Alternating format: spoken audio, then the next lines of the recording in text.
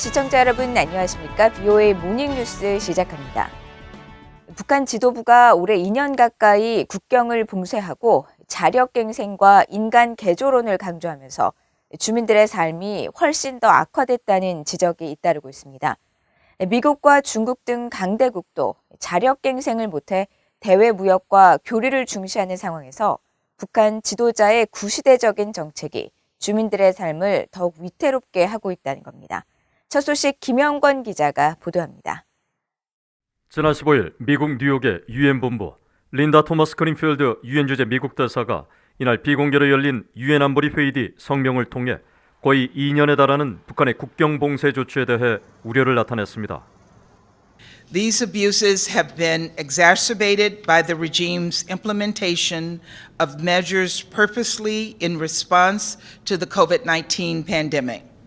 The regime has implemented shoot-to-kill orders for anyone attempting to flee the country and has prevented humanitarian aid from getting to those who desperately need it. 다음 날 유엔 총회가 17년 연속 채택한 북한 인권 결의도 신종 코로나 바이러스를 11번이나 언급하며 북한 당국의 장기간에 걸친 국경 봉쇄 조치가 주민들에게 미칠 부정적 타격에 심각한 우려를 나타냈습니다. 하지만 북한 지도부는 이를 계속 무시한 채 문을 꽁꽁 걸어 잠그고 구시대적인 내부 결속과 자력갱생에 치중했고 비공식 무역마저 막히면서 장마당 물가는 폭등했습니다.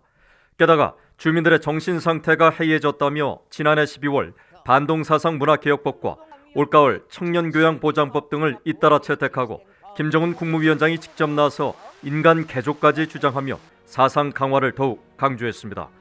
이후 당세포 비서대회, 청년동맹대회, 직업총동맹대회, 3대 혁명 선구자대회 등 핵강국이 아닌 대회강국이란 비판이 나올 정도로 많은 동원 행사를 열어 자력갱생과 내부 결속을 다그쳤지만 현실은 처참했습니다. 북중 무역 규모는 1월에서 10월 두 계획이 2억 2,700만 달러로 전년 같은 기간보다 57% 줄었고 특히 수출은 3,500만 달러에 그쳤습니다. 북한의 무역 총액이 73억 달러, 수출이 32억 달러를 넘어섰던 소위 장성택 경제시대로 불리던 2013년과 비교하면 수십 배에서 100배 가까이 격차가 날 정도로 경제가 파탄난 겁니다. 미국의 전문가들은 김정은 위원장의 정책 실패는 이미 예견됐던 것이라며 과거에 실패한 정책을 무책임하게 반복하고 있다고 지적합니다.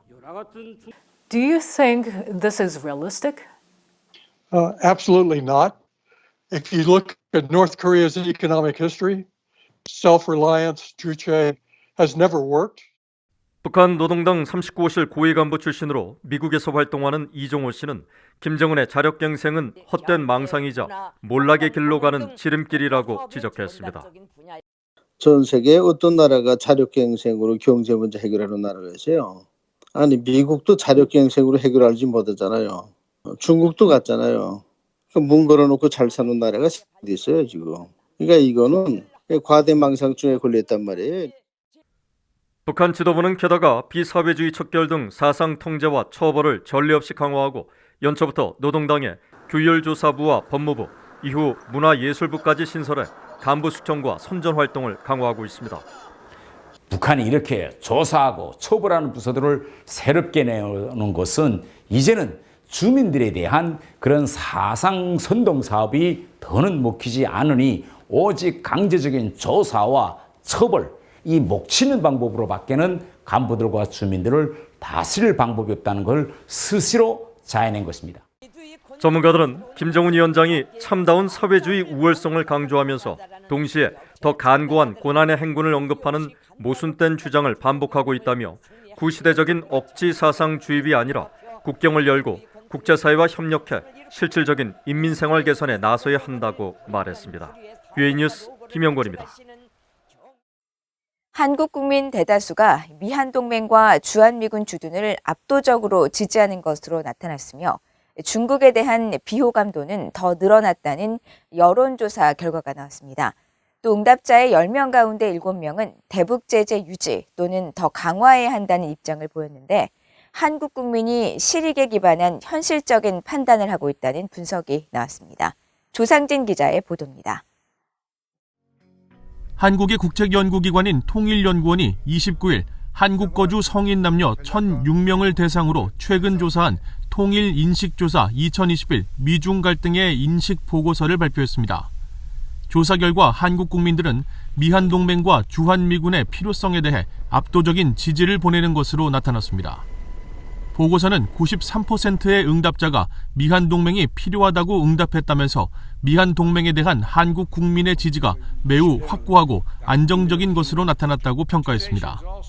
특히 66.9%의 응답자는 미한 동맹 강화가 현재 한국 정부가 적극 추진 중인 남북관계 개선보다 더 중요하다고 답해 미한 동맹이 제공하는 정치, 경제, 군사적 안정감을 높이 평가하고 있는 것으로 풀이됐습니다. 아울러 주한미군에 대해서도 약 90%의 응답자가 한반도 주둔 필요성에 긍정적으로 답했고 통일 이후에도 미군 주둔이 필요하다는 응답은 61%로 지난 4월 조사에 비해 약 10%포인트 증가했습니다. 보고서는 또 한국 국민들이 북한 정권의 핵과 미사일 개발에 따른 국제사회의 대북 제재 필요성에 공감하는 것으로 나타났다고 밝혔습니다. 응답자의 51%는 대북 제재를 현재 수준으로 유지해야 한다고 밝혔고 20%는 강화해야 한다, 17%는 완화해야 한다고 밝혀 70% 이상이 현재 대북 제재 수준을 유지하거나 더 강화해야 한다고 생각하는 것으로 나타났습니다. 한국 국민의 주변국에 대한 인식과 관련해서는 응답자의 약 66%가 미국에 호감을 갖고 있다고 답해 영내 동맹국 중 가장 신뢰하는 것으로 나타난 반면 중국과 러시아는 각각 12%로 매우 낮은 호감도를 기록했습니다. 아울러 한국 국민의 약 60%는 중국이 한반도 통일에 부정적인 나라로 인식하고 있으며 72%는 한국의 안보에 가장 위협이 되는 국가로 꼽아 중국에 대한 비호감도가 갈수록 증가하고 있는 것으로 나타났습니다. 보고서를 발표한 통일연구원은 앞서 지난 7월에 열린 포럼에서도 실질적인 이익을 추구하는 젊은 세대를 중심으로 미한 동맹이 남북관계 개선보다 실익이 더 많다는 판단을 하고 있는 것으로 평가한 바 있습니다. 다시 남북관계가 경색되고 그 다음에 또 하나는 그 사이에 사드 배치로 인해서 한중 간의 갈등도 있었고 또 최근에 이제 미중 경쟁이 심화되면서 남북관계의 어떤 발전보다는 더 현실성이 있는 미국과의 어떤 관계 강화를 하는 것이 우리의 실익에 더 부합되겠다라고 많은 국민들이 판단하고 있는 것이 아닌가 생각. 밀레니얼 세대가 굉장히 큰 폭으로 2014년에 비해서 증가했는데 그 이유로는 저는 일단 실익을 중시하는 밀레니얼 세대의 특징과 이 밀레니얼 세대가 민족주의에 기반해서 남북관계를 인식하고 있는 성향이 약화되는 것이 그 원인으로 보입니다. 보고서는 한국 국민들은 한국의 안보와 경제 측면에서 중국보다 미국이 더 중요하다고 인식하고 있다면서 한국에서 민주적 가치가 강조될수록 중국에 대한 부정적 인식은 앞으로 더 심화될 수 있음을 시사한다고 지적했습니다. VOA 뉴스 조상진입니다. 로버트 에이브람스 전 주한미군 사령관이 최근 VOA와의 인터뷰에서 한반도 유사시 적용할 새 작전 계획에 중국에 대한 대응 방안도 담겨야 한다고 말한 데 대해 미국 국방부가 한국과 다양한 합동 계획을 수행하고 있다고 밝혔습니다. 미국 국방부 대변인실은 29일 에이브람스 전 사령관의 인터뷰 발언과 관련한 VOA의 논평 요청에 국방부는 다양한 안보 사안에 대해 동맹인 한국과 함께 정기적으로 합동계획을 수행하고 있다면서 이같이 밝혔습니다. 또 에이브람스 전 사령관이 미한 간 전시작전 통제권 전환 문제와 관련해 한국의 군사적 역량이 크게 뒤처져 있다고 지적한 데 대해서는 제53차 미한 안보협의회 SCM 공동성명 내용을 상기시키면서 양국이 전작권 전환과 관련해 내년에 미래연합사의 완전 운용 능력 FOC 평가를 시행하기로 합의했다는 사실을 거듭 강조했습니다.